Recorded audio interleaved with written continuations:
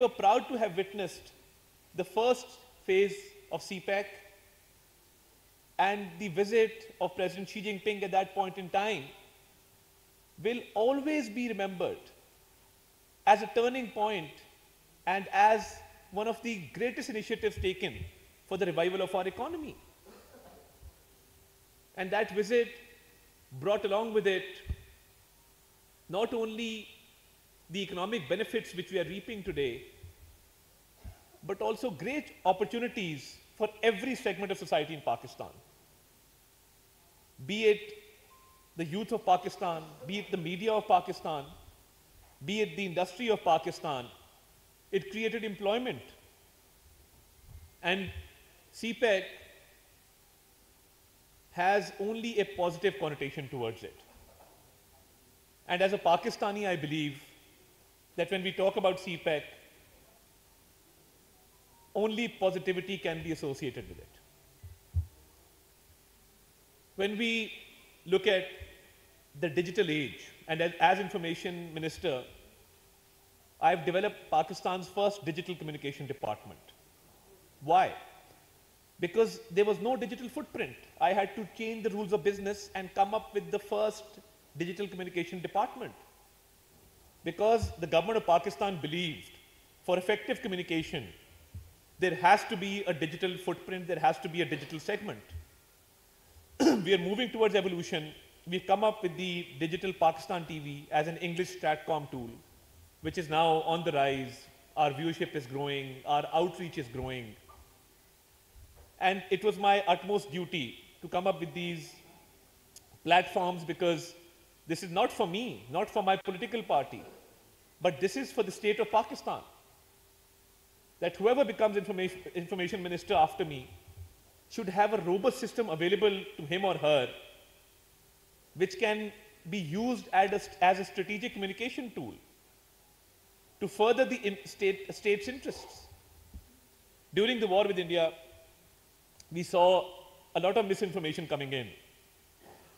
But that misinformation brought along with it a lot of comic relief as well. So when the Indian media destroyed the port of Lahore or the port of Multan, we really enjoyed that misinformation. And one of my young members, I have a team of Gen Z around me, because this generation, and I often say that, our world is divided into two kinds of people. We have the digital natives and the digital immigrants. So the success of countering misinformation lies in bringing these two communities together. People who are born into technology and people who have adapted technology. And to counter misinformation, we are playing our role. And one of the youngsters came to me during this time and he said, there's a lot of misinformation from the Indian media and they're acting very irresponsibly. And they've banned our YouTube channels in India. And I would like to admire the efforts of our media. Pakistani media acted very, very responsibly. And we were able to fight the narrative war on the international front because our domestic front was in safe hands. So one of the youngsters came up to me and he said, what we can do is, they've banned our YouTube channels, we can air our content on their YouTube channels. And we came up with an innovation and we were able to successfully load that content within the geographical boundaries of India. Why I've quoted this particular incident is because technology is changing. The art of narrative making is changing. And if you don't change with time, time will change you. And when leaders at the World Economic Forum were asked, which is the biggest challenge of our age, they did not say climate change. They did not say nuclear war. They said misinformation is the biggest challenge of our age. So when I hear some of our naive friends talk about CPEC in a negative connotation, I can only say that they don't know the entire truth. And it is our job to make the world aware of what CPEC stands for. As I said, nothing negative can be associated with this. So, in order to get meaningful engagement and to further strengthen the media cooperation for which we are gathered here today, I will make a few proposals. But you see, CPEC is something which has brought about great harmony between our two countries. And the birth of CPEC 2.0 is a byproduct of CPEC 1, because CPEC 1 was launched successfully, which was mainly focused on G2G agreements, which is a success story in itself, starting from the establishment of the Gwadar seaport. And last year, when Premier Lee was here, we inaugurated the Gwadar airport. These are just few examples of the benefits that we have reaped through CPEC 1. So moving forward, the advent of CPEC 2.0, which is mainly focused on B2B agreements and in empowering the business community, the industrialists in this country, that they can further enhance their capacity and can further build on this friendship of Pakistan-China. I think CPEC 2.0 is a great example that when you have success in the public sector, it can lead to success in the business sector. And this time around, when we were in China, two important events that we attended, and as Senator Mushaid Hassan Saeed also mentioned, and Dr. Shazra also mentioned, in September, the Victory Day against fascism in World War II, we witnessed the victory parade in China, and we saw the kind of capacity that China has and the desire for peace which China has. So congratulations on that. And next year, we will be celebrating 75 years of our diplomatic relations and friendship. And we are fully geared up for this 75-year celebration. And next year marks a very important milestone in our friendship. And in that year, I think we need to have a separate segment for media as well. We need to have more exchanges with regard to journalists, anchor persons, and also digital media influencers, which is very, very important. And during the war, I would like to mention, and I was in China, and I mentioned this to the head of the radio and television division. I said that meme created by Chinese influencers in which they had these planes flying all around, that was the most watched meme, and it got billion+ views the world over. So this is the kind of power that digital media has.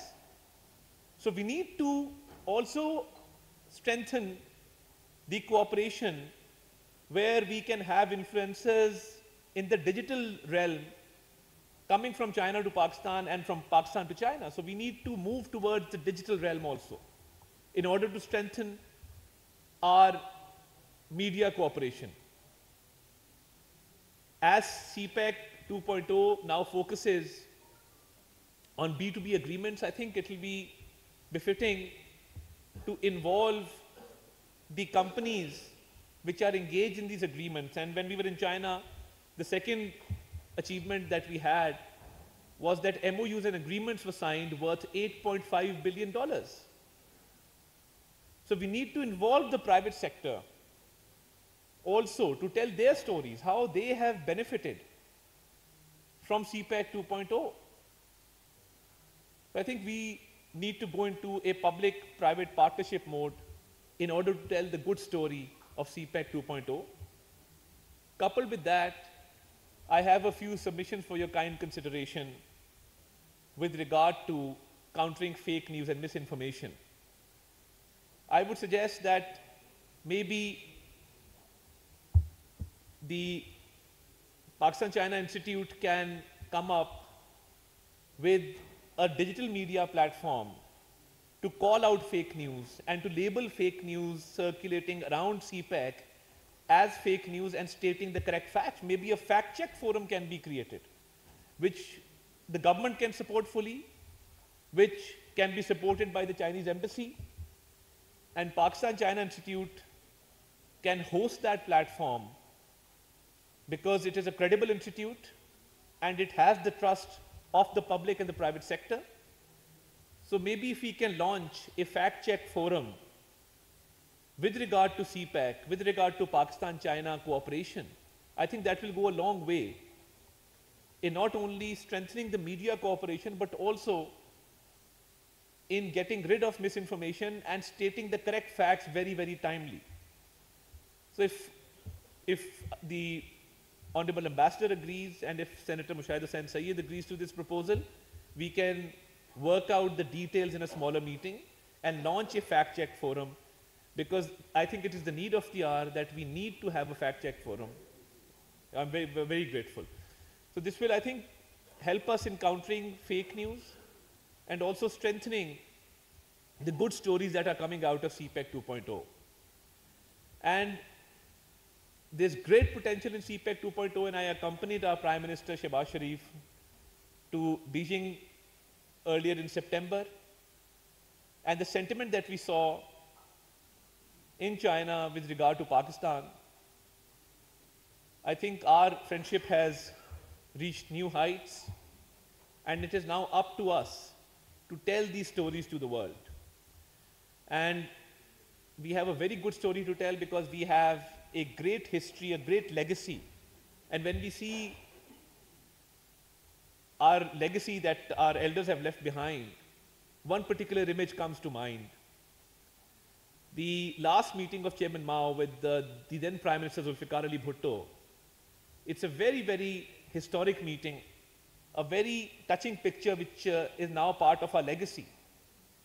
So this great history has given us more motivation for a shared and a prosperous future. So I think we need to carry this great legacy forward, and we need to strengthen media cooperation, especially in the digital field. And we need to have more digital platforms to tell stories from both sides, from China, from Pakistan. And we need to have more exchanges where people can get together and discuss what Pakistan-China friendship actually stands for. And on behalf of my Prime Minister Shehbaz Sharif, on behalf of my government, on behalf of the Ministry of Information and Broadcasting, I can assure you that we are fully committed to this cause, and we will go the extra mile to strengthen media cooperation between the two countries and involve the private sector so that we have more good and positive news coming in, and we can counter the negative propaganda around CPEC, which we are fully capable of doing. So thank you very much for this opportunity. I'm truly grateful, and I'm a politician, I'll keep on speaking.